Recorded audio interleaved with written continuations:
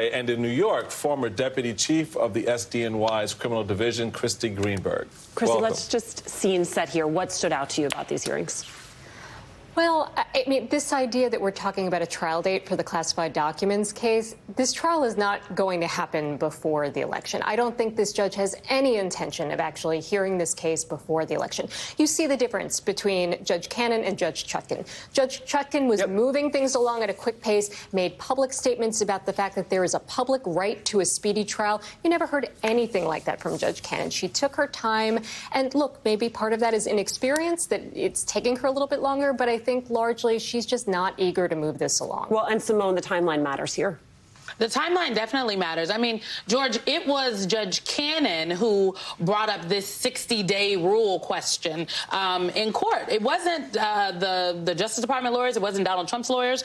It was Judge Cannon. She said the so-called 60-day rule. And then it was an attorney from the Justice Department, Jay Bratt, that had to say the Department of Justice, Judge, has no regulations stating that it must refrain from bringing these criminal cases that are already ongoing. Right. That was just complete nonsense on the part of the judge. I mean, the fact is that the 60-day rule, which is an informal, unwritten rule, is something that only applies to investigative steps and grand jury charges. So you don't charge somebody 60 days before Election Day. But once a case is charged, and this one has been on the docket for over a year now, the case goes to trial. And the case goes to trial when it goes to trial, when the judge says it goes to trial. And there's no issue about whether or not it gets tried before the election. In fact, the famous case of Senator Ted Stevens was tried and tried to verdict a week before Election Day.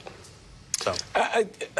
Judge Eileen Cannon, I think, is an interesting figure here, to Christy's point about her lack of interest in kind of moving this along. Some of it could be just the general naivete as a new judge, or it could be something else. You got the New York Times noting that during Friday's hearing, there were moments Trump-appointed Judge Cannon seemed, quote, a bit uncomfortable with the arcane legal process for handling the highly classified materials at the heart of the case. How much of that factors into this in terms of getting this right on that timeline? Is it a matter that she may not necessarily know what the scheduling requirements are, or she's just trying to figure it out? I mean, you would think that a clerk or somebody would say, "Hey, here, this is how it works." Slip her a little piece of paper Slip like her this, a little like piece Judge. of paper and go, Your Honor, all you need to do is this: expedite. I have a bunch of different theories about what's going on with Judge Cannon. One of them is the fact that she is inexperienced. Another is the fact that she did seem to show some favoritism early on to Trump. But another thing that's going on is that she is in this courthouse in, where is it, Fort Pierce? I don't even know where that is. Yeah. And she's there basically, as I understand it, by herself. It's not, as Christy could probably say, she would, if you're a judge in the Southern District or you're a judge here in D.C., you can just walk down to the next chambers and say, hey, some older judge, I got this situation. How should I handle it? And she doesn't have that. So I think that's part of the problem. But I also think the part of the problem is I don't think she's particularly fond of this case.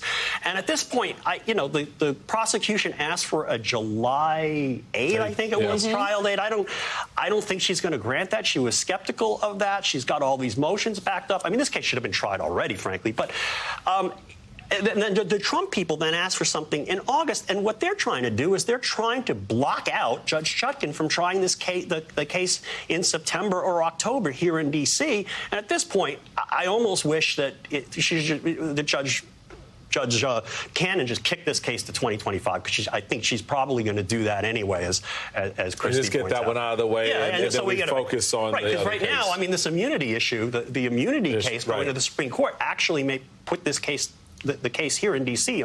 To trial, Senate to trial in September and October, which is not necessarily a good thing for Donald Trump. Yeah. Christy, I want to know what you think Cannon is up to. I also want to bring this in, which is the special counsel proposing asking potential jurors whether they think the 2020 election was stolen or not. They wanted to ask that. Of course, Trump's team objected. Complicated dynamics at play. definitely complicated dynamics, but I think, I mean, look, whether or not it is bias or it is inexperience, she was a prosecutor, but doesn't seem like she has any background with national security cases. Right. They are a different beast. And so, hard to see exactly what's motivating her, but the result is clear that she doesn't want this to go anywhere.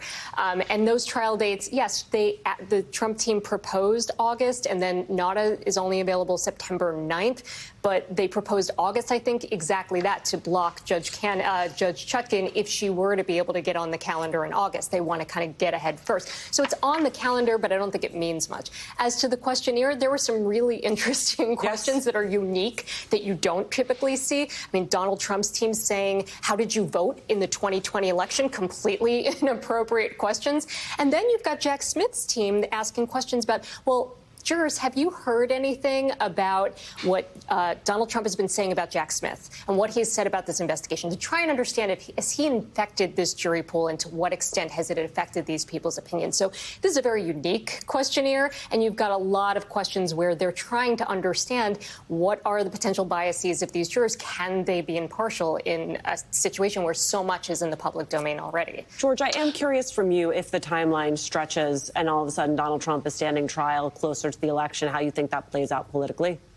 Yeah, politically, I don't think it's helpful for Donald Trump. I mean, sometimes in litigation, you lose by getting what you ask for, and what he has asked for in the January 6th case is delay, but he may not get enough delay. I mean, the Supreme Court took this case and probably for good, not to delay the case, but I think they probably think they have something to add to the law in this area, and there are multiple motions that Donald Trump has been making, both in Georgia and in Florida, that maybe the guidance could be helpful from the Supreme Court. But the end result would be we're going to get a decision that the case is still expedited. The appeal to the Supreme Court is still expedited. We're going to get a decision by the end of June, maybe even earlier. And if that's true, and you do the math, you get a trial in August, September, or October. And that is not a good thing for Donald Trump. It would be better to get the thing over with, frankly, even with a conviction. So you're shaking your head. I think you disagree, but we have to go. So quickly. No, just that assumes that they are going to affirm the ruling of the D.C. Court of Appeals in the way that it is written, and I'm not sure they're going to do that. I worry that they will start to look at official acts and look to remand this to Judge Chutkan. So, well, I have an answer to that. Well, what's your answer, George? My answer to that is actually, well, if they do some kind of a remand, require some kind of a remand for fact funding to Judge Chutkan, well, here's what I'd do if I were Jack Smith. I'd say, okay, fine. Let's have a hearing. Let's start it on Monday, and here's my witness list. And start and basically try the case. A lot of lawyering happening right here. I love it. But I don't got faith in the Supreme Court. But I have faith in this panel. George and Christy, y'all are sticking around. There is more to talk about. The big distraction, I think, that we're seeing in Georgia, the crusade